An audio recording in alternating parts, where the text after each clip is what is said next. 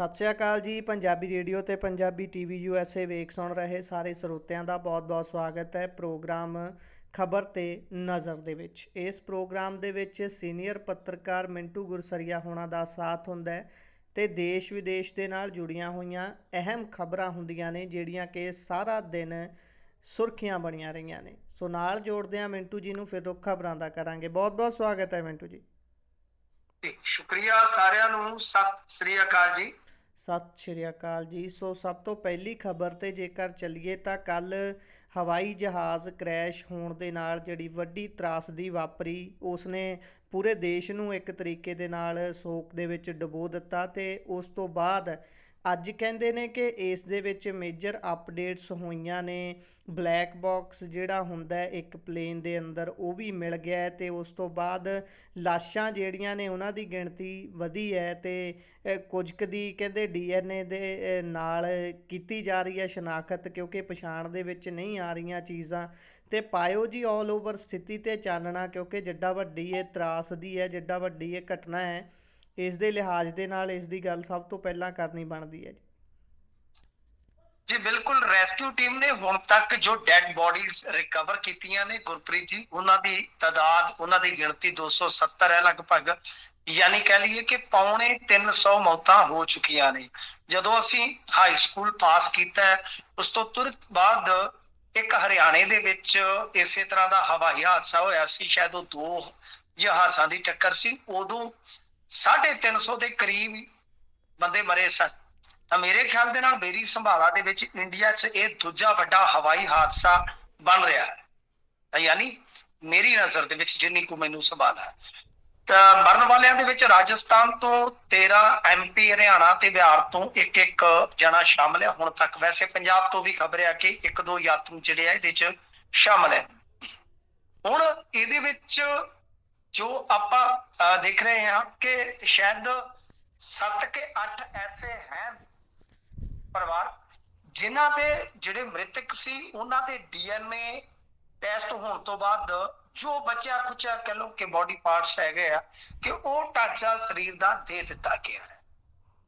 ਤੇ ਬਾਕੀ ਦੱਸਦੇ ਆ ਕਿ 5 ਜਿਹੜੇ ਮ੍ਰਿਤਕ ਆ BJ ਮੈਡੀਕਲ ਕਾਲਜ ਦੇ ਹੋਸਟਲ ਦੇ ਆ ਜਿੱਥੇ ਪਲੇਨ ਕ੍ਰੈਸ਼ ਹੋਇਆ ਸੀਗਾ। ਹੁਣ ਜੇ ਆਪਾਂ ਦੇਖੀਏ ਅੱਜ ਦੇ ਵੱਡੇ ਜਿਹੜੇ ਅਪਡੇਟਸ, ਜਿੱਦਾਂ ਤੁਸੀਂ ਕਿਹਾ ਕਿ ਜਿਵੇਂ ਲਾਸ਼ਾਂ ਦਾ ਪੋਸਟਮਾਰਟਮ ਜਾਰੀ ਆ, DNA ਵਾਸਤੇ ਸੈਂਪਲਿੰਗ ਜਿਹੜੀ ਆ ਉਹ ਲਗਭਗ ਅੱਜ 250 ਲੋਕਾਂ ਦੀ ਹੋ ਗਈ ਸੀਗੀ। ਜਿਵੇਂ ਮੈਂ ਤੁਹਾਨੂੰ ਦੱਸਿਆ ਕਿ ਕੁਝ ਡੈਡ ਬੋਡੀਜ਼ ਜਿੱਦਾਂ 7 ਦੀ ਸ਼ਨਾਖਤ ਹੋਈ। ਇਸ ਤੋਂ ਇਲਾਵਾ PM ਮੋਦੀ ਅੱਜ ਹਸਪਤਾਲ ਦੇ ਵਿੱਚ ਪਹੁੰਚੇ ਆ। ਉਸ ਤੋਂ ਪਹਿਲਾਂ ਉਹ ਘਟਨਾ ਵਾਲੀ ਥਾਂ ਤੇ ਗਏ ਸਨ। ਇਹ ਹਸਪਤਾਲ ਦੇ ਵਿੱਚ ਉਹਦੇ ਕੋਲ ਗਏ ਆ ਜਿਹੜਾ ਇੱਕ ਬਚਿਆ ਸੀਗਾ ਜਾਂ ਜਿਹੜੇ ਹੋਰ ਜ਼ਖਮੀ। ਇਸ ਤੋਂ ਇਲਾਵਾ 8 ਏਜੰਸੀਆਂ ਨੇ ਇਹਦੀ ਜਾਂਚ ਪੜਤਾਲ ਸ਼ੁਰੂ ਕਰ ਦਿੱਤੀ ਹੈ, ਜਿਹਦੇ ਵਿੱਚ NIA ਆ, ਗੁਜਰਾਤ ਪੁਲਿਸ ਆ, ਇਸ ਤੋਂ ਇਲਾਵਾ aircraft accident investigation bureau, directorate general of civil aviation DGCA ਜਿਹਨੂੰ ਆਪਾਂ ਕਹਿ ਦਿੰਦੇ ਆ। ਮਤਲਬ ਕਿ ਇਸ ਤਰ੍ਹਾਂ ਕੁੱਲ ਮਿਲਾ ਕੇ ਆਪਾਂ ਜੇ ਦੇਖੀਏ ਤਾਂ ਇਹ 8 ਏਜੰਸੀਆਂ ਜਾਂਚ ਪੜਤਾਲ ਦੇ ਵਿੱਚ ਜੁਟ ਗਈਆਂ। ਮਾਹੌਲ ਬਿਲਕੁਲ ਜਿੱਦਾਂ ਤੁਸੀਂ ਕਿਹਾ, ਦਰੁਸਤ ਫਰਮਾਇਆ ਕਿ ਦੇਸ਼ ਭਰ ਦੇ ਵਿੱਚ ਸੋਗਮਈ ਆ। ਕਿਹੜੀ ਅੱਖ ਹੈ ਜਿਹੜੀ ਨਮ ਨਹੀਂ, ਕਿਹੜਾ ਦਿਲ ਹੈ ਜਿਹਦੇ ਵਿੱਚ ਗਮ ਨਹੀਂ। ਮਤਲਬ ਕਿ ਜੋ ਵੀ ਦੇਖ ਰਹੇ ਆ, ਜੋ ਵੀ ਪੜ ਰਹੇ ਆ ਖਬਰਾਂ ਨੂੰ, ਬਹੁਤ ਜ਼ਿਆਦਾ ਸੈਡ ਨੇ। ਤਾਂ ਬਾਕੀ ਜੇ ਆਪਾਂ ਵੇਖੀਏ ਗੁਰਪ੍ਰੀਤ ਜੀ, ਹਾਲੇ ਵੀ ਕਹਿ ਲਓ ਕਿ ਕਿਸੇ ਠੋਸ ਨਤੀਜੇ ਤੇ ਨਹੀਂ ਪੁੱਜਿਆ ਜਾ ਸਕਿਆ ਕਿ ਅਸਲ ਵਜ੍ਹਾ ਕੀ ਆ। ਦੇਖੋ ਹੁਣ ਜਿੱਦਾਂ ਜਿਹੜੇ ਸਰਵਿੰਗ ਪਾਇਲਟ ਆ ਉਹ ਬੋਲੇ ਆ ਕਿ ਕ੍ਰੈਸ਼ ਦੇ ਵਿੱਚ ਤਕਨੀਕੀ ਨੁਕਸ ਦੀ ਕਿਤੇ ਨਾ ਕਿਤੇ ਆਸ਼ੰਕਾ ਹੈ। ਮਤਲਬ ਇਹ ਆਪਣੇ ਆਪ ਦੇ ਵਿੱਚ ਕਹਿ ਸਕਦੇ ਆ ਕਿ ਇੱਕ ਵੱਡਾ ਸਵਾਲ ਉੱਭਰ ਰਿਹਾ ਹਾਲੇ ਵੀ।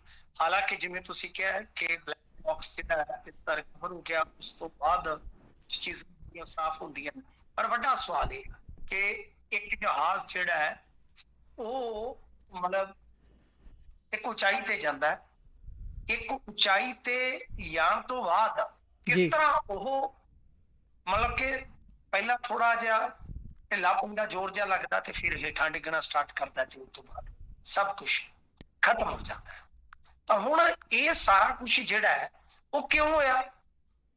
ਕਿ ਦੋਵੇਂ ਇੰਜਨ ਫੇਲ ਹੋ ਗਏ, ਜਾਂ ਜਿਵੇਂ ਮੈਂ ਕਿਹਾ ਕਿ ਕੋਈ ਤਕਨੀਕੀ ਨੁਕਸ ਹੈ, ਜੇ ਤਕਨੀਕੀ ਨੁਕਸ ਹੈ ਤਾਂ ਕਿੱਥੇ ਸੀਗਾ, ਕੋਈ ਮਤਲਬ ਕਿ ਉਕਾਈ ਹੋਈ ਆ, ਜਾਂ ਮੈਕਸੀਕੋ ਕੇ ਪਾਇਲਟ ਬਹੁਤ ਤਜਰਬੇਕਾਰ ਸੀਗਾ, ਉਕਾਈ ਦੀ ਉਧਰੋਂ ਤੇ ਗੁੰਜਾਇਸ਼ ਘੱਟ ਆ ਤਕਨੀਕੀ ਤੌਰ ਤੇ। ਫਿਰ ਉਹ ਬੋਇੰਗ ਤੇ ਬੜੇ ਵੱਡੇ ਸਵਾਲ ਖੜੇ ਹੋਣਗੇ, ਬੋਇੰਗ ਅਤੇ ਟਾਟਾ, ਕਿਉਂਕਿ ਜੀ 에ਅਰ ਇੰਡੀਆ ਨੂੰ ਇੱਕ ਬ੍ਰਾਂਡ ਬਣਾਉਣ ਦਾ ਯਤਨ ਕੀਤਾ ਜਾ ਰਿਹਾ ਸੀਗਾ ਕਿ ਇਸ ਨੂੰ ਕਤਰ 에ਅਰਵੇਜ਼ ਵਰਗੀਆਂ 에ਅਰਲਾਈਨਸ ਦੇ ਬਰੋਬਰ ਖੜਾ ਕਰ ਦਿੱਤਾ ਜਾਵੇ। ਪਰ ਅਚਾਨਕ ਸਭ ਕੁਝ ਇੱਕ ਤਰ੍ਹਾਂ ਨਾਲ ਕਹਿ ਲਓ ਕਿ ਠੰਡੇ ਬਸਤੇ 'ਚ ਪੈਂਦਾ ਨਜ਼ਰ ਆ ਰਿਹਾ, ਕਿਉਂਕਿ ਦੋਨਾਂ ਹੀ ਕੰਪਨੀਆਂ ਦੇ ਸ਼ੇਅਰ ਟੁੱਟਣੇ ਸਟਾਰਟ ਹੋ ਗਏ ਆ।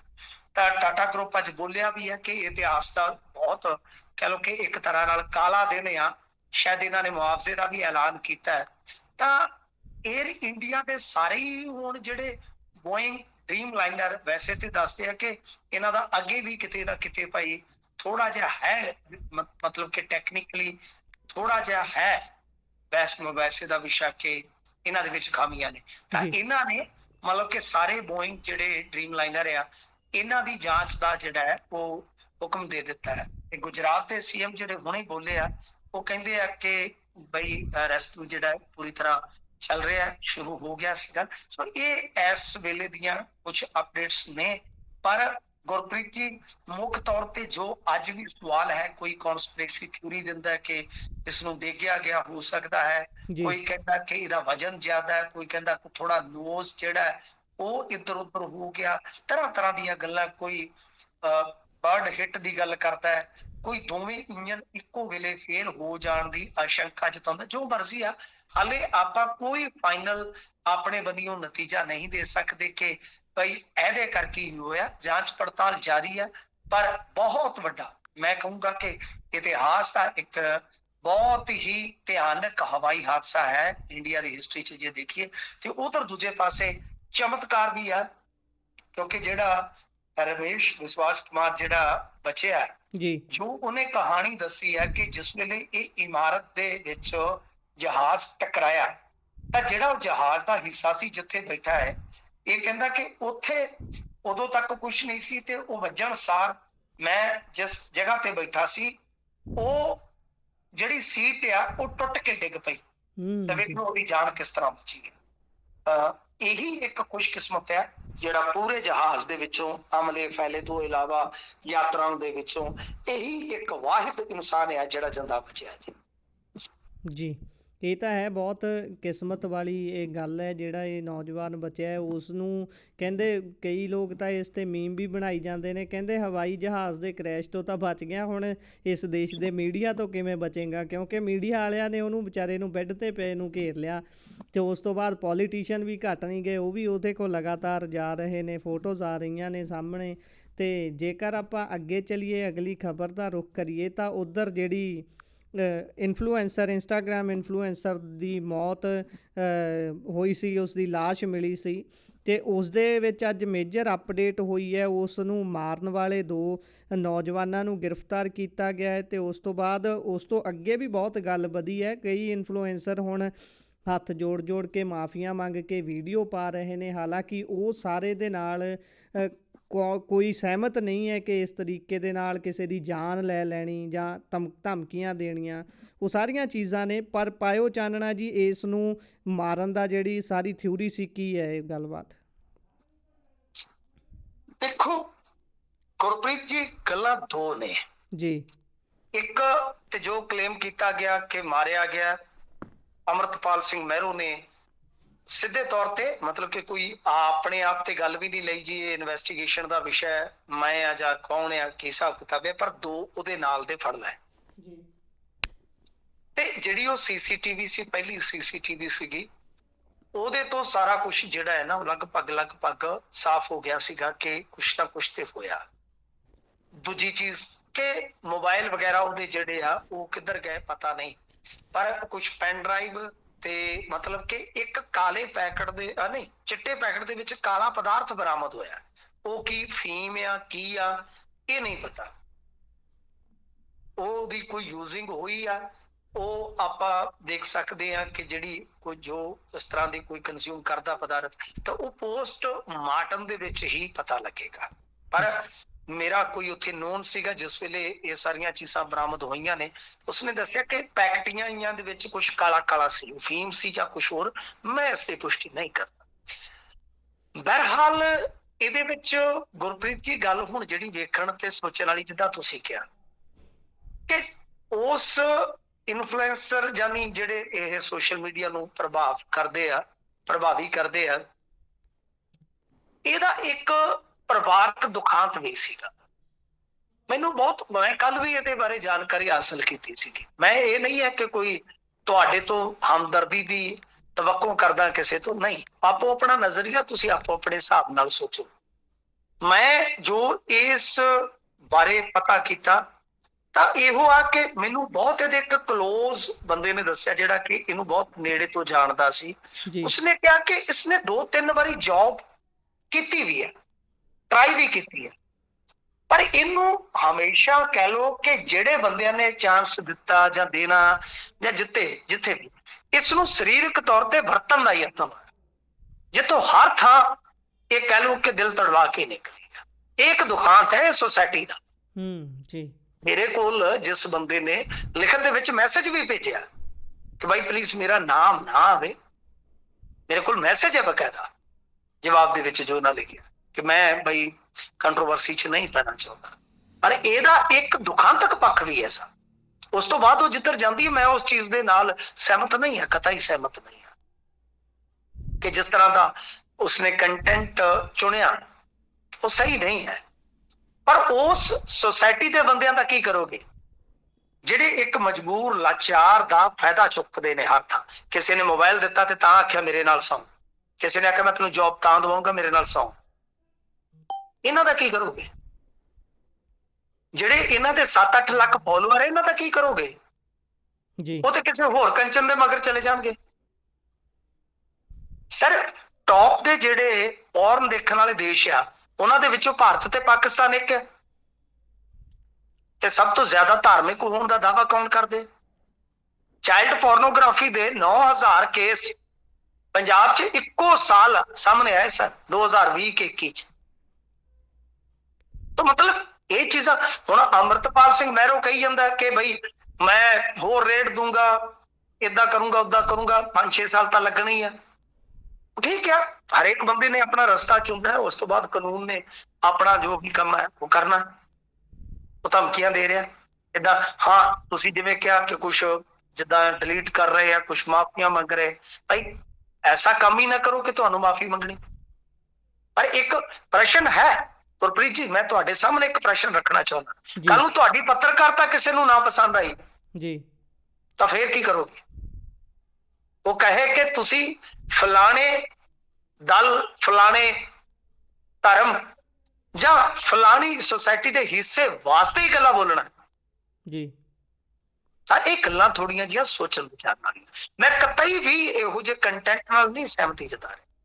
ਮੈਂ ਤਾਂ ਇਹ ਦੇਖ ਰਿਹਾ ਵਾਂ ਕਿ ਦੇਖੋ ਇਸ ਤਰ੍ਹਾਂ ਕੀ ਹੋ ਜਾਏਗਾ, ਇਹ ਸਾਰਾ ਕੁਝ ਬੰਦ ਹੋ ਜਾਏਗਾ। ਮੈਂ ਜਿਵੇਂ ਤੁਹਾਨੂੰ ਦੱਸਿਆ ਕਿ ਇਹਨਾਂ ਦੇ ਜਿਹੜੇ ਲੱਖਾਂ ਫੋਲੋਅਰ ਆ, ਉਹ ਤਾਂ ਕਿਸੇ ਹੋਰ ਪਾਸੇ ਚਲੇ ਜਾਣਗੇ ਨਾ ਜੀ।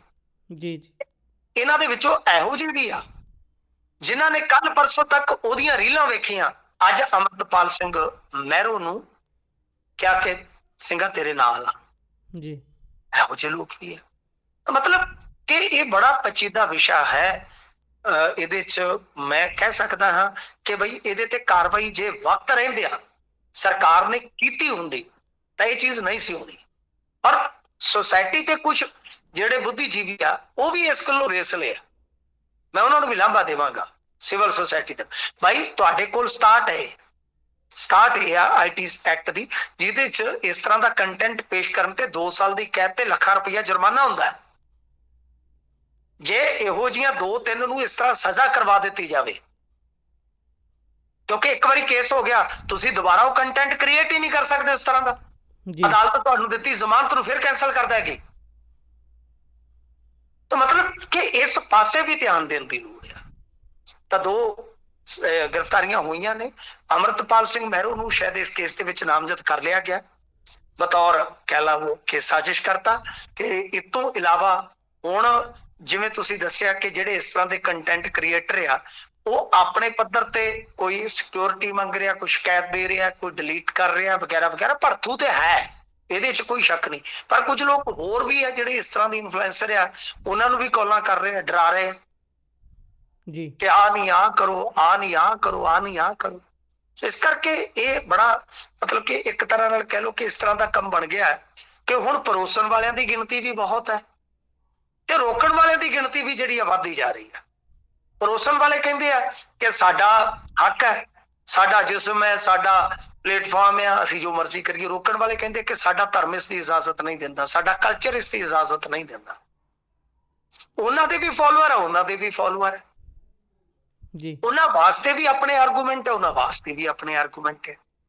ਇਸ ਕਰਕੇ ਮੇਰੇ ਖਿਆਲ ਦੇ ਨਾਲ ਪੰਜਾਬ ਸਰਕਾਰ ਨੂੰ ਇਸ ਬਾਬਤ ਵੇਖਣਾ ਚਾਹੀਦਾ ਹੈ ਕਿ ਹੋਰ ਕੋਈ ਇਸ ਤਰ੍ਹਾਂ ਦਾ ਮਾਮਲਾ ਨਾ ਆਵੇ। ਜਿਹੜੇ ਇਸ ਤਰ੍ਹਾਂ ਦੇ ਕੰਟੈਂਟ ਕ੍ਰੀਏਟਰ ਆ ਉਹਨਾਂ ਨੂੰ ਬੁਲਾ ਕੇ ਸਮਝਾਓ ਕਿ ਹਾਂ ਭਾਈ ਠੀਕ ਆ, ਕਮਾਈ ਬਹੁਤ ਜ਼ਰੂਰੀ ਹੈ। ਕੁਝ ਔਰਤਾਂ, ਕੁਝ ਬੀਬੀਆਂ ਆਪਣਾ ਘਰ ਚਲਾ ਰਹੀਆਂ, ਉਹਨਾਂ ਨੂੰ ਤੁਸੀਂ ਹੋਰ ਵਧੀਆ ਢੰਗ ਨਾਲ ਸਿਖਾ ਸਕਦੇ ਹੋ ਕਿ ਕਿਸ ਤਰ੍ਹਾਂ ਦਾ ਕੰਟੈਂਟ ਕ੍ਰੀਏਟ ਕਰਕੇ ਵੀ ਤੁਸੀਂ ਆਪਣਾ ਕੰਮ ਕਾਰ ਚਲਾ ਸਕਦੇ ਹੋ। ਮਿਸਟਰ ਬੀਸਟ ਆ ਤੁਸੀਂ ਦੇਖ ਲਓ ਕਿ ਕਿੰਨੀ ਵੱਡੀ ਕਮਾਈ ਅੱਜ ਕਰਦਾ ਹੈ। ਜੀ ਦੁਨੀਆ ਦਾ ਸਭ ਤੋਂ ਤਗੜਾ ਇਨਫਲੂਐਂਸਰ ਉਹ ਆ, ਸਭ ਤੋਂ ਤਗੜਾ ਯੂਟਿਊਬਰ ਉਹ ਆ, ਮਿਸਟਰ ਬੀਸਟ। ਤਾਂ ਕਹਿਣ ਦਾ ਮਤਲਬ ਇਹ ਹੈ ਕਿ ਵਾਧੂ ਪੈਸਾ ਪਿਆ, ਤੁਸੀਂ ਜਿੰਨਾ ਮਰਜ਼ੀ ਕਮਾ ਲਓ। ਅਸੀਂ ਵੀ ਤੇ ਕੰਟੈਂਟ ਕ੍ਰੀਏਟਰ ਹੀ ਆ ਇੱਕ ਤਰ੍ਹਾਂ ਦੇ। ਸਾਨੂੰ ਵੀ ਸਾਲਾਂ ਬੱਧੀ ਹੋ ਗਏ, ਸਾਡਾ ਵੀ ਜੀ ਕਰਦਾ BMW ਤੇ ਚੱਲੀਏ। ਉਹੀ ਟੁੱਟੀਆਂ ਕਾਰਾਂ ਨੇ, ਉਹੀ ਨਿੱਕੀਆਂ ਕਾਰਾਂ ਨੇ, ਉਹੀ ਕਿਸ਼ਤਾਂ ਦਾ ਯੱਬ ਆ।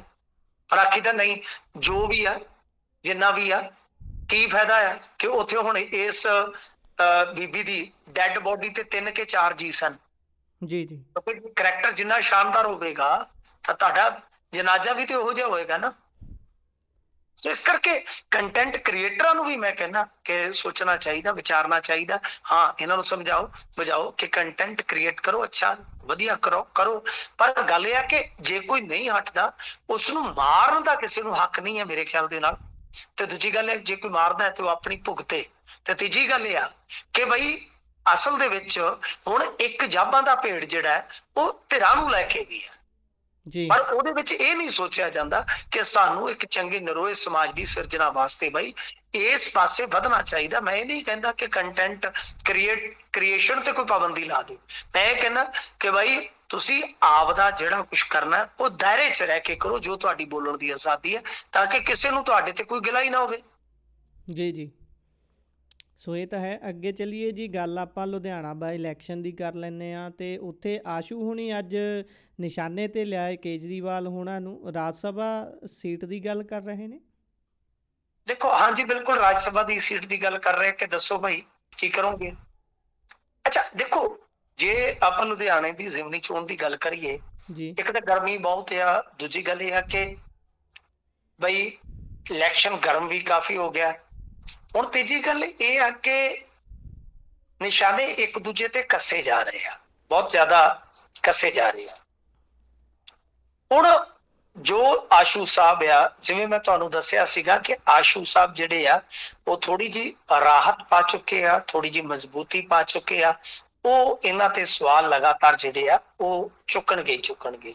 ਤਾਂ ਬਹਰਹਾਲ ਉਹਨਾਂ ਨੇ ਅਰਵਿੰਦ ਕੇਜਰੀਵਾਲ ਤੋਂ, ਜੋ ਆਪਾਂ ਵੀ ਕਿਤੇ ਨਾ ਕਿਤੇ ਕਿਆਫਾ ਲਾਉਣੇ ਹੁੰਦੇ ਆ ਕਿ ਕੀ ਬਣੇਗਾ, ਕਿੱਦਾਂ ਹੋ ਸਕਦਾ, ਕਿ ਉਹਨਾਂ ਚੀਜ਼ਾਂ ਤੇ ਹੀ ਘੇਰਨ ਦਾ ਯਤਨ ਕੀਤਾ ਹੈ। ਤਾਂ ਆਸ਼ੂ ਹੀ ਨਹੀਂ, ਇਹਨਾਂ ਨੂੰ ਜੇ ਤੁਸੀਂ ਵੇਖੋਗੇ ਤਾਂ ਵੱਡਾ ਘੇਰਾ ਜਿਹੜਾ ਹੈ ਨਾ ਉਹ ਭਾਜਪਾ ਵੀ ਪਾ ਰਹੀ ਹੈ। ਇਸ ਤੋਂ ਪਹਿਲਾਂ ਕਿ ਭਾਜਪਾ ਦੀ ਗੱਲ ਕਰੀਏ, ਇਹਨਾਂ ਨੇ ਕਿਹਾ ਕਿ ਖੁਦ ਨੂੰ ਪੰਜਾਬ ਦੇ ਵਿੱਚ ਵੋਟਰ ਦੇ ਤੌਰ ਤੇ ਰਜਿਸਟਰ ਕਰਵਾਓਗੇ ਤੁਸੀਂ। ਇਹ ਇੱਕ ਵੱਡਾ ਸਵਾਲ ਇਹਨਾਂ ਨੇ ਅਰਵਿੰਦ ਕੇਜਰੀਵਾਲ ਵਾਸਤੇ ਖੜਾ ਕੀਤਾ ਹੈ। ਵੈਸੇ ਬੇਸਿਕਲੀ 3 ਸਵਾਲ ਇਹਨਾਂ ਨੇ ਖੜੇ ਕੀਤੇ ਆ।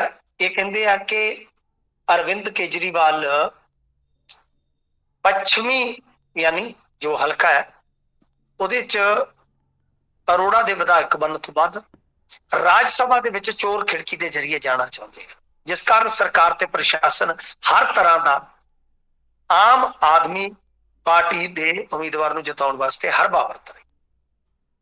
ਇਸ ਸਮੇਂ ਉਹ ਕਹਿੰਦੇ ਕਿ ਇਕੱਲੇ ਜੋ ਜ਼ਿਮਨੀ ਚੋਣ ਆ ਉਹਦਾ ਇਲੈਕਸ਼ਨ ਨਹੀਂ, ਬਲਕਿ ਰਾਜ ਸਭਾ ਦੀ ਸੀਟ ਤੇ ਵੀ ਸਿਆਸਤ ਗਰਮ ਹੈ। ਇਸ ਤੋਂ ਇਲਾਵਾ ਇਹਨਾਂ ਨੇ ਕਿਹਾ ਕਿ ਜੇ ਸੰਜੀਵ ਚੋਣ ਹਾਰ ਜਾਂਦੇ ਆ ਅਰੋੜਾ ਸਾਹਿਬ, ਕੀ ਤੁਸੀਂ ਉਹਨਾਂ ਨੂੰ ਰਾਜ ਸਭਾ ਮੈਂਬਰ ਬਣੇ ਰਹਿਣ ਦੀ ਇਜਾਜ਼ਤ ਦੇਵੋਗੇ ਜਾਂ ਨਹੀਂ? 3 ਸਵਾਲ ਨੇ ਕੇਜਰੀਵਾਲ। ਦੂਜਾ, ਜੇ ਤੁਸੀਂ ਚੋਣ ਹਾਰਨ ਤੋਂ ਬਾਅਦ ਸੰਜੀਵ ਅਰੋੜਾ ਨੂੰ ਮਜਬੂਰ ਕਰਕੇ ਅਸਤੀਫਾ ਲੈ ਲੈਂਦੇ ਹੋ ਤਾਂ ਉਹਨਾਂ ਦੀ ਥਾਂ ਕੀ ਤੁਸੀਂ ਖੁਦ ਰਾਜ ਸਭਾ ਜਾਓਗੇ ਜਾਂ ਕਿਸੇ ਹੋਰ ਗੈਰ ਪੰਜਾਬੀ ਨੂੰ ਰਾਜ ਸਭਾ ਚ ਭੇਜੋਗੇ?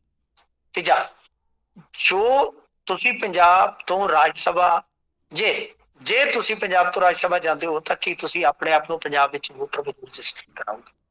ਦੇਖੋ, ਸਵਾਲ ਬੜੇ ਇਹਨਾਂ ਲਈ ਗੁੰਝਲਦਾਰ ਆ। ਅੱਛਾ ਗੁਰਪ੍ਰੀਤ ਜੀ, ਗੱਲ ਇਹ ਆ ਕਿ ਅਰਵਿੰਦ ਕੇਜਰੀਵਾਲ ਨੂੰ ਇਹਨਾਂ ਸਵਾਲਾਂ ਦੇ ਜਵਾਬ ਨਹੀਂ ਆਉਣੇ, ਆਪਾਂ ਨੂੰ ਵੀ ਪਤਾ ਨਹੀਂ ਦੇਣੇ। ਇਹਨਾਂ ਨੇ ਤੇ ਡਿਵੈਲਪਮੈਂਟ ਤੋਂ ਵੀ ਭੱਜਣਾ। ਤੁਸੀਂ ਦੇਖੋ ਜਾਖੜ ਸਾਹਿਬ ਨੇ ਕਿੱਡੀ ਤਗੜੀ ਇਹਨਾਂ ਦੀ ਘੇਰਾਬੰਦੀ ਕੀਤੀ ਆ। ਜਾਖੜ ਸਾਹਿਬ ਕਹਿੰਦੇ ਆ ਕਿ ਤੁਸੀਂ ਇਹ ਵੇਖੋ ਕਿ ਇਹ ਕਹਿੰਦੇ ਆ ਕਿ ਅਸੀਂ ਕੱਟੜ ਇਮਾਨਦਾਰ ਆ। ਇੱਕ ਗੱਲ ਦਾ ਜਵਾਬ ਦੇ ਦਿਓ ਕਿ ਬਈ ਇੱਕ ਵਿਧਾਇਕ ਹੈ ਜਿਹੜਾ ITR ਵੀ ਨਹੀਂ ਭਰਦਾ, ਮਤਲਬ ਕਿ ਉਹਦੀ ਆਮਦਨ ITR ਜਿਹੜਾ 2.5 ਲੱਖ ਤੋਂ ਜਿਹਦੀ ਆਮਦਨ ਸਾਲਾਨਾ ਜ਼ਿਆਦਾ, ਉਹਨੂੰ ITR ਭਰਨੀ ਜ਼ਰੂਰੀ ਹੈ। ਮੈਂ ਤੁਹਾਡੀ ਜਾਣਕਾਰੀ ਵਾਸਤੇ ਦੱਸ ਦਿੰਦਾ ਜੀ। ਇਹਦਾ ਮਤਲਬ ਹੈ ਕਿ ਵਿਧਾਇਕ ਦੀ ਇਨਕਮ ਜਿਹੜੀ ਆ ਉਹ 2.5 ਤੋਂ ਥੱਲੇ ਹੋਏਗੀ। ਉਹ ਕਹਿੰਦੇ ITR ਵੀ ਨਹੀਂ ਭਰਦਾ ਤੇ ਵਿਆਹ ਜਾ ਕੇ ਆਪਣਾ ਸ਼ਾਦੀ ਦਾ ਸਮਾਗਮ ਜਾ ਕੇ ਉਹ ਹਿਮਾਚਲ ਚ ਕਰਦਾ। ਐਸਾ ਕਿੱਥੋਂ ਹੈ? ਤਾਂ ਮਤਲਬ ਇੱਕ ਪਾਸੇ ਤੋਂ ਕਹਿ ਲਓ ਕਿ ਪੰਜਾਬ ਵਰਸਸ ਬਾਹਰੀ ਉਹਦੇ ਤੇ ਆਸ਼ੂ ਕੇ ਰਹੇ ਆ, ਤਾਂ ਦੂਜੇ ਪਾਸੇ ਜੋ ਚਰਚੇ ਜ਼ੁਬਾਨ ਤੇ ਆ, ਤੇਰੇ ਮੇਰੇ ਪਿਆਰ ਕੇ ਚਰਚੇ ਹਰ ਜ਼ੁਬਾਨ ਤੇ, ਤਾਂ ਗੱਲ ਇਹ ਆ ਕਿ ਉਹਨਾਂ ਦੇ ਘੇਰ ਰਹੇ ਨੇ ਭਾਜਪਾ ਵਾਲੇ।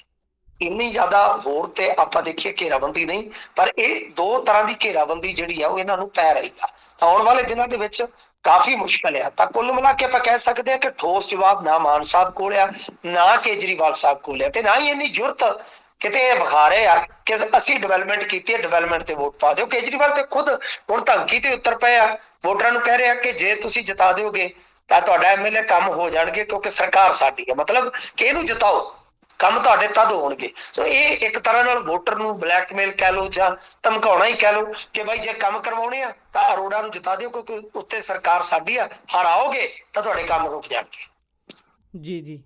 ਸੋ ਇਹ ਤਾਂ ਹਾਲ ਨੇ ਇਹਨਾਂ ਲੋਕਾਂ ਦੇ। ਸੋ ਅੱਗੇ ਚੱਲੀਏ, ਉਧਰ ਇੱਕ ਅਰੁਣਾਚਲ ਦੇ ਜਿਹੜੇ ਮੌਜੂਦਾ ਸਿਟਿੰਗ MLA ਨੇ ਉਹ ਵੀ ਭਾਜਪਾ ਦੇ, ਉਹਨਾਂ ਨੂੰ ਮੋਹਾਲੀ ਦੀ ਕੋਰਟ ਨੇ ਸਜ਼ਾ ਸੁਣਾਈ ਹੈ, ਜੁਰਮਾਨਾ ਲਾਇਆ ਹੈ ਜੀ। ਇਹ ਸਾਰਾ ਮਾਮਲਾ ਕੀ ਹੈ ਜੀ?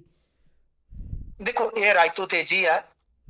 ਇਹ ਮਤਲਬ ਕਿ ਚੈੱਕ ਬਾਉਂਸ ਦੇ ਮਾਮਲੇ ਦੇ ਵਿੱਚ ਸਜ਼ਾ ਖਾ ਗਿਆ। ਇਹ ਉੱਥੇ ਦਾ ਵਿਧਾਇਕ ਆ, ਬੜਾ ਸੀਨੀਅਰ ਵਿਧਾਇਕ ਆ, ਮਤਲਬ ਕਿ ਉਮਰ ਦਰਾਜ਼ ਵੀ ਆ।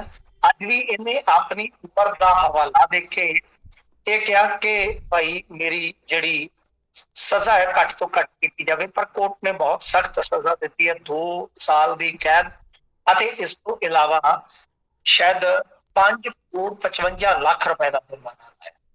ਦਰਅਸਲ ਕੀ ਹੈ ਕਿ ਪੰਜਾਬ ਦੀ ਇੱਕ ਫਰਮ ਸੀ ਜਿਨ੍ਹਾਂ ਨੇ ਇੱਕ ਪ੍ਰੋਜੈਕਟ ਦੇ ਵਿੱਚ ਮਟੀਰੀਅਲ ਇਤਿਆਦਕ ਜਿਹੜਾ ਹੈ ਉਹ ਸਪਲਾਈ ਕਰਨਾ ਸੀਗਾ, ਮਤਲਬ ਕਿ ਉਹਨਾਂ ਦੇ ਕੋਲ ਠੇਕਾ ਸੀਗਾ ਇਸ ਚੀਜ਼ ਦਾ। ਤਾਂ ਹੋਇਆ ਕੀ ਆ ਕਿ ਬਾਅਦ ਦੇ ਵਿੱਚ ਜਿਹੜੇ ਇਹ ਰਾਇਤੂ ਤੇਜੀ ਮਤਲਬ ਕਿ ਇਹਨਾਂ ਦੇ ਕੋਲ ਪ੍ਰੋਜੈਕਟ ਹੋਏਗਾ, ਜ਼ਾਰਾ ਦੀ ਗੱਲ ਆ ਕਿ ਇਹਨਾਂ ਨੇ ਪੇਮੈਂਟ ਦੇ ਨਾਮ ਤੇ ਇਹਨਾਂ ਨੂੰ ਚੈੱਕ ਦਿੱਤੇ ਜਿਹੜੇ ਬਾਉਂਸ ਹੋ ਗਿਆ, ਸ਼ਾਇਦ ਦੁਬਾਰਾ ਫਿਰ ਚੈੱਕ ਦਿੱਤੇ ਗਏ ਤੇ ਉਸ ਤੋਂ ਬਾਅਦ ਫਿਰ ਇਹ ਮੁਕੱਦਮਾ ਲੱਗਦਾ ਕੋਰਟ ਦੇ ਵਿੱਚ।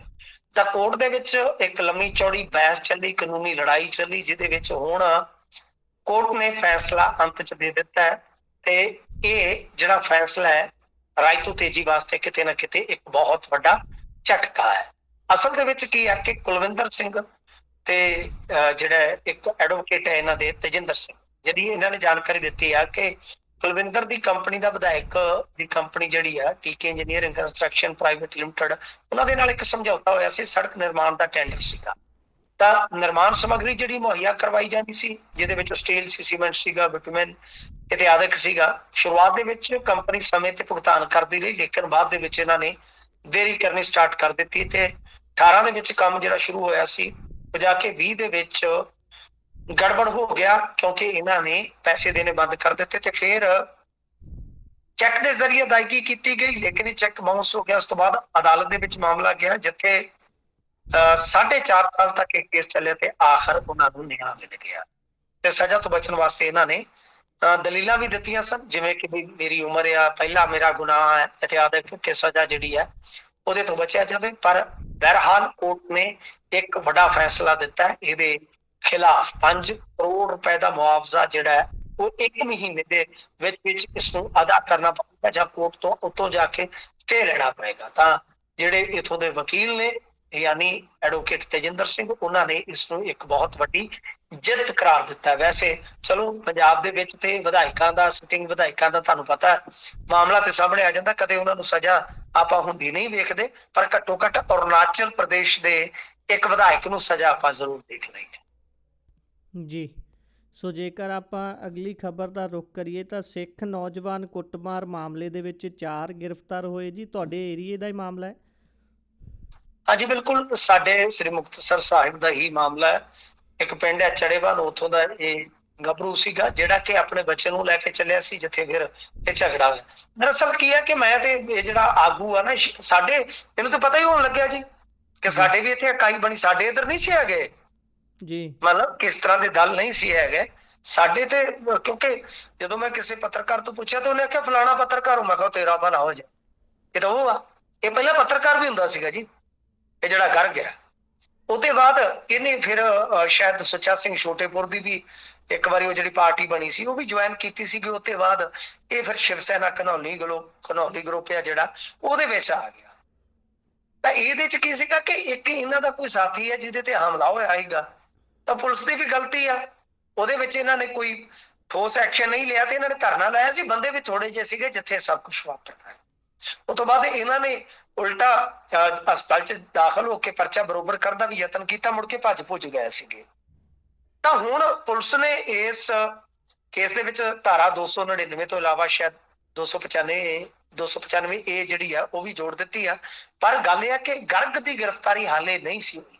ਦੁਪਹਿਰ ਤੱਕ ਜਿੰਨੀ ਕੁ ਮੈਂ ਸੂਚਨਾ ਪ੍ਰਾਪਤ ਕੀਤੀ ਆ ਕਿ ਉਸ ਵੇਲੇ ਤੱਕ ਲੋਕ ਇਕੱਠੇ ਹੋ ਰਹੇ ਸੀਗੇ, ਇਸ ਮਾਮਲੇ ਦੇ ਵਿੱਚ ਗੱਲਾਂ ਬਾਤਾਂ ਚੱਲ ਰਹੀਆਂ ਨੇ, ਪਰ ਉਦੋਂ ਤੱਕ ਗਰਗ ਦੀ ਜਿਹੜੀ ਆ ਉਹ ਗ੍ਰਿਫਤਾਰੀ ਨਹੀਂ ਹੋ ਸਕੀ। ਪਰ ਦੂਜਿਆਂ ਦੀ ਪਛਾਣ ਕਰਕੇ 4 ਦੀ ਗ੍ਰਿਫਤਾਰੀ ਹੋ ਗਈ ਆ। ਤੇ ਜਿਹੜੇ 2 ਗਨਮੈਨ ਸੀ ਇਹਦੇ, ਜਿਹੜੇ ਕਿ ਬਿਲਕੁਲ ਸਭ ਕੁਝ ਮੂਕ ਦਰਸ਼ਕ ਬਣ ਕੇ ਦੇਖ ਰਹੇ ਸੀਗੇ, ਉਹਨਾਂ ਨੂੰ ਵੀ ਲਾਈਨ ਹਾਜ਼ਰ ਕਰ ਦਿੱਤਾ ਹੈ। ਮਤਲਬ ਕਿ ਉਹਨਾਂ ਦੇ ਵੀ ਐਕਸ਼ਨ ਹੋ ਗਿਆ। ਸੋ ਤਕਰੀਬਨ ਕਹਿ ਲਓ ਕਿ ਮੰਗਾਂ ਜਿਹੜੀਆਂ ਨੇ ਉਹ ਸਿੱਖ ਜਥੇਬੰਦੀਆਂ ਦੀਆਂ ਮੰਨੀਆਂ ਗਈਆਂ। ਬਸ ਇਹੀ ਹੈ ਕਿ ਗਰਗ ਦੀ ਗ੍ਰਿਫਤਾਰੀ ਜਿਹੜੀ ਹੈ ਉਹ ਹਾਲੇ ਦੂਰ ਹੈ ਜੀ।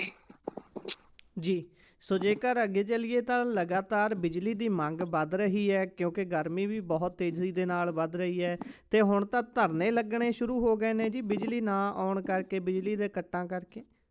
ਤੁਹਾਡੇ ਇੱਥੇ ਜੋਤੀ ਚੌਂਕ ਦੇ ਵਿੱਚ ਰਾਤ ਲੱਗਾ, ਕਹਿੰਦੇ ਕਿ 2 ਵਾਰ ਜੀ, ਸਾਹਿਬ ਦੀ ਅਗਵਾਈ ਦੇ ਵਿੱਚ 2 ਦਿਨ ਹੋ ਗਏ ਜੀ ਲੱਗਦਿਆਂ ਨੂੰ। 2 ਦਿਨ ਹੋ ਗਏ ਨੇ। ਹਿਸਾਬ ਲਾ ਲਓ ਕਿ ਜਲੰਧਰ ਵਰਗੇ ਸ਼ਹਿਰ ਦੇ ਵਿੱਚ ਜੇ ਸਪਲਾਈ ਵਾਸਤੇ ਧਰਨੇ ਲਾਉਣੇ ਪੈ ਰਹੇ ਆ, ਤਾਂ ਇਹਦਾ ਮਤਲਬ ਇਹ ਆ ਕਿ ਛੋਟੇ ਸ਼ਹਿਰਾਂ ਦਾ ਹਾਲ ਵੀ ਬੁਰਾ ਹੋਏਗਾ। ਅੱਜ ਮੈਂ ਉੱਥੇ ਸ਼ਹਿਰ ਸੀਗਾ ਜੀ, ਤੇ ਕਿਉਂਕਿ ਸਾਰਾ ਦਿਨ ਸ਼ਹਿਰ ਗੁਜ਼ਰਦਾ, ਤਾਂ ਸ਼ਹਿਰ ਦੇ ਵਿੱਚ ਦੁਪਹਿਰੇ ਕੱਟ ਸੀਗਾ 1.5 ਤੋਂ 2 ਘੰਟੇ ਦਾ, ਸਾਡੇ ਵੀ ਕੱਟ ਸੀਗਾ। ਗਰਮੀ ਬੜੀ ਭਿਆਨਕ ਪਈ ਆ ਗੁਰਪ੍ਰੀਤ ਜੀ। ਤੇ ਇਹੋ ਹੀ ਸੀ, ਮੈਂ ਤੇ ਪਹਿਲਾਂ ਸ਼ਾਇਦ ਤੁਸੀਂ ਪੋਸਟ ਮੇਰਾ ਪੜ੍ਹਿਆ ਹੋਣਾ, ਮੈਂ ਕੱਲ ਪਰਸੋਂ ਕਹਿਤਾ ਸੀਗਾ ਕਿ ਇਹ ਇੱਕ ਇਤਿਹਾਸਕ ਡਿਮਾਂਡ ਐਂਡ ਸਪਲਾਈ ਦਾ ਖੇਲ ਆ। ਜਿੰਨੀ ਡਿਮਾਂਡ ਹੁਣ ਦਰਜ ਕੀਤੀ ਗਈ ਆ ਕੱਲ 16,800, ਉਹ ਇੱਕ ਰਿਕਾਰਡ ਹੈ।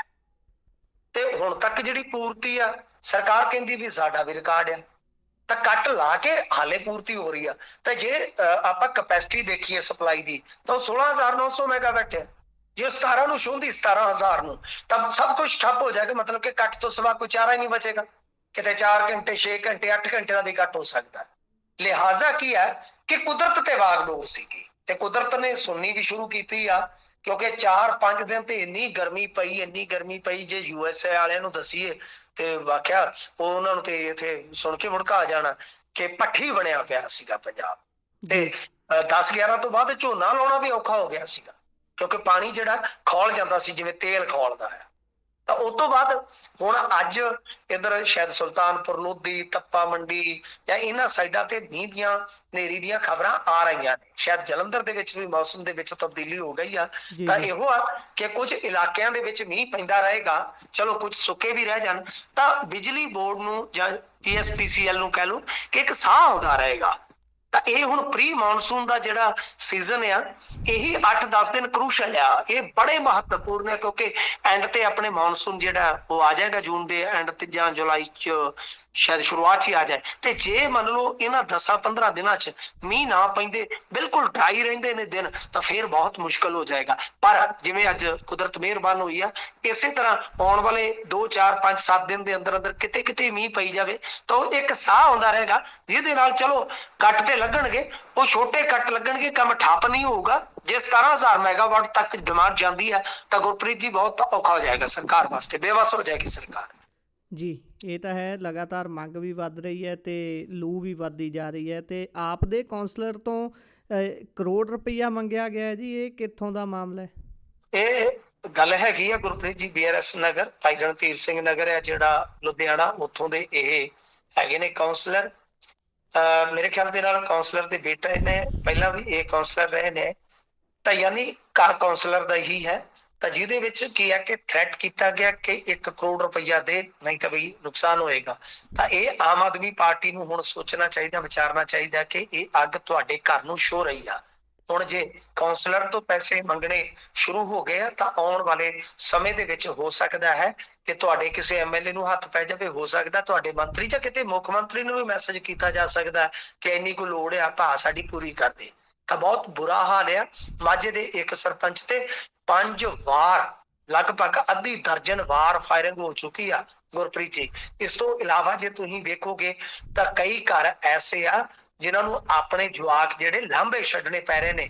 ਐਸੇ ਇਲਾਕਿਆਂ ਦੇ ਵਿੱਚ ਮਾਮਲੇ ਸਾਡੇ ਸਾਹਮਣੇ ਆ। ਸੋ ਹਾਲਤ ਬਹੁਤ ਬੁਰੀ ਆ ਵਸੂਲੀ ਦੀ। ਪਹਿਲੀ ਗੱਲ ਤੇ ਹੁਣ ਇਹ ਇਨਵੈਸਟੀਗੇਸ਼ਨ ਦਾ ਵਿਸ਼ਾ ਕਿ ਇਹ ਗੈਂਗਸਟਰ ਅਸਲੀ ਹੈ ਕਿ ਨਕਲੀ ਹੈ, ਕਿਉਂਕਿ ਜਦੋਂ ਕਾਲ ਆਉਂਦੀ ਹੈ ਇਹ ਵੀ ਇੱਕ ਪੱਬਲ ਪੂਸਾ ਹੁੰਦਾ, ਪਰ ਡਰਦਾ ਕੋਈ ਆਧਾਰ ਕਾਰਡ ਤੇ ਪੁੱਛਦਾ ਨਹੀਂ ਕਿ ਕੀ ਪਤਾ ਕੋਈ ਅਸਲੀ ਨਿਕਲ ਆਵੇ। ਸੋ ਇਸ ਕਰਕੇ ਬਹੁਤ ਭਿਆਨਕ ਸਥਿਤੀ ਹੈ ਗੁਰਪ੍ਰੀਤ ਜੀ।